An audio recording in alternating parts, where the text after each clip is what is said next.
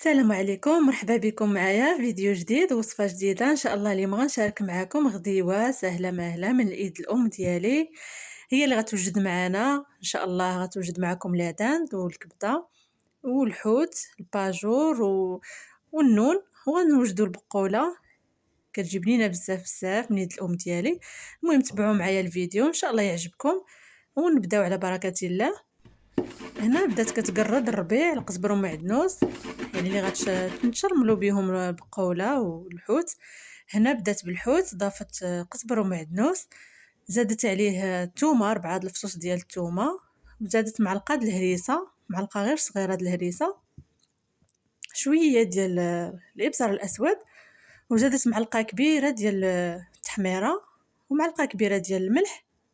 هي راه كتضيف غير معلقه صغيره، يعني ملي ماشي بمعلقه كبيره، داكشي علاش كتضيف جوج ديال المعالق. هنا ضفت الكمون، زادت 4 كاس ديال الماء ونص كاس ديال العصير الحامض. عصير الحامض كيعطي البنه للحوت، يعني كما كتعرفوا كيتشرب هذيك الحامض كيجي بنين بزاف. هنا خدات النون كتشرملو اول حاجه، كتدخلوا الشرموله مزيان بالايد ديالها كما كتشوفوا، ومن بعد غادي تحيدو على جنب، وفي نفس الاناء او الشرموله المتبقيه غادي تضيف الباجور حتى هو كتشرملو. ضروري كتدخلوا هذيك التوابل لداخل، يعني في القلب ديال الحوت وعلى برا باش كيتشرب التوابل وكيجي بنين. صافي من بعد ما غادي تكمل هذا الحوت هذا بالتشرميل غادي صافي غادي تحيدو على جنب تخليه واحد المده تقريبا ديال 5 دقائق ولا 10 حتى كيتشرب التوابل ديالو. عاد كنقليوه. حنا ما شاركناش معكم الطريقه ديال القلي، يعني ما كانش عندنا الوقت كافي وبغينا غير نشاركوا معكم طريقه التحضير. هنا غادي نوجدوا البقوله كما كتشوفوا هي كتوجد معنا، ضافت معلقه ديال التحميره وزادت عليها القزبر ومعدنوس. هنا عندها لب ديال الليمونه مصيره مرقده، يعني كل واحد وكيفاش كيقول، حتى الليمون طري ممكن تضيفوه. وضافت 5 ديال الفصوص ديال الثومه محكوكين، زادت عليهم نص كاس زيت الزيتون ومعلقه ديال الملحه لان حتى الحامض فيه الملحه.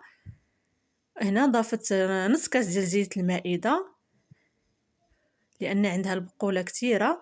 هنا ضافتها على النار وخلاتها كتشحر واحد 5 دقائق حتى ديك الثومه والعطريه كامله كتعطي الريحه ديالها.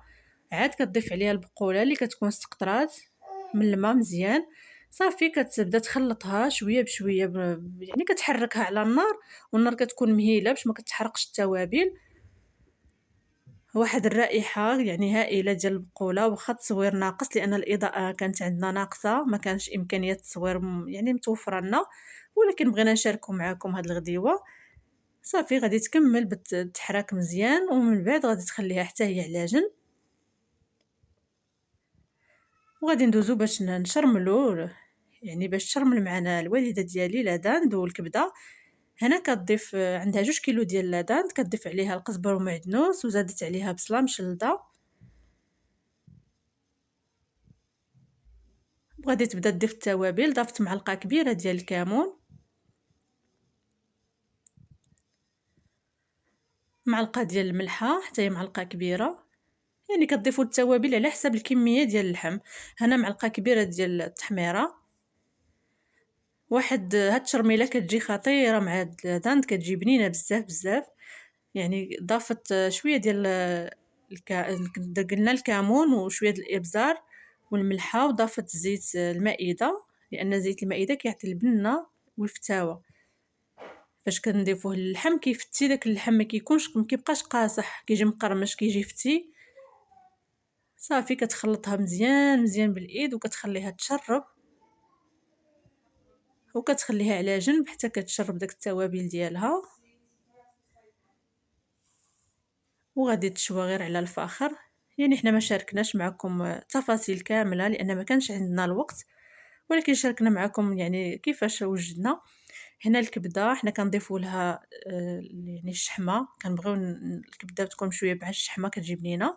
الوالده ديالي هنا كتقول لي راه نضيف نفس التوابل اللي ضفنا في لاداند غنضيفوهم في الكبده. وهذا هو الطبق النهائي كما كتشوفوا لاداند والبقولة، الحوت يعني إمم، يعني وشاركنا معكم غير بالفوطو، ما كانش عندي الوقت باش نصور لكم فيديو، يعني قبلوا علينا، وهذه هي الغديوة ديالنا، وكنشكركم المتابعة، ونتلاقاو في فيديو جديد إن شاء الله.